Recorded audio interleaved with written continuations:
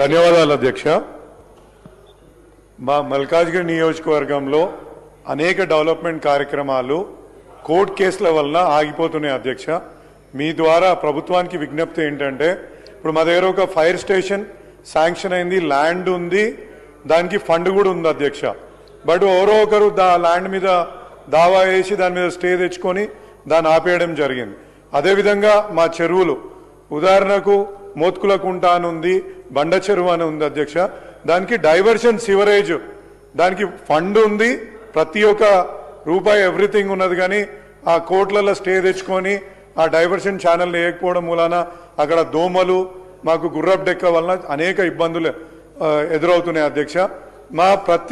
అంటే మీ ద్వారా నా విజ్ఞప్తి ఏంటంటే, ప్రభుత్వానికి అడ్వకేట్ జనరల్ గారికి మీరు ఆదేశాలు ఇచ్చి వాటిని రివ్యూ చేయాల్సిందిగా కోరుతున్నాను. ఇంకొకటి అధ్యక్ష, అందులోనే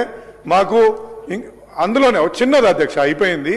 మా దగ్గర ఏంటంటే యుఎల్సి ల్యాండ్లు ఉన్నాయి, కోర్టు ఆర్డర్ ఇచ్చిన దాని మీద కూడా వీళ్ళు అధికారులు చర్యలు చేపట్టలేరు.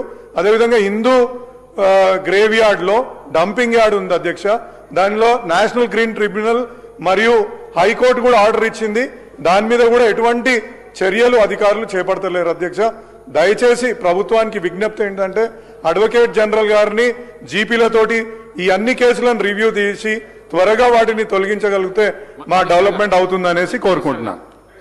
సోదరుడు రాజశేఖర రెడ్డి గారు మల్కాజ్గిరి శాసనసభ చెప్పిన విషయాన్ని నోట్ చేసుకున్నాం అధ్యక్ష. Concern department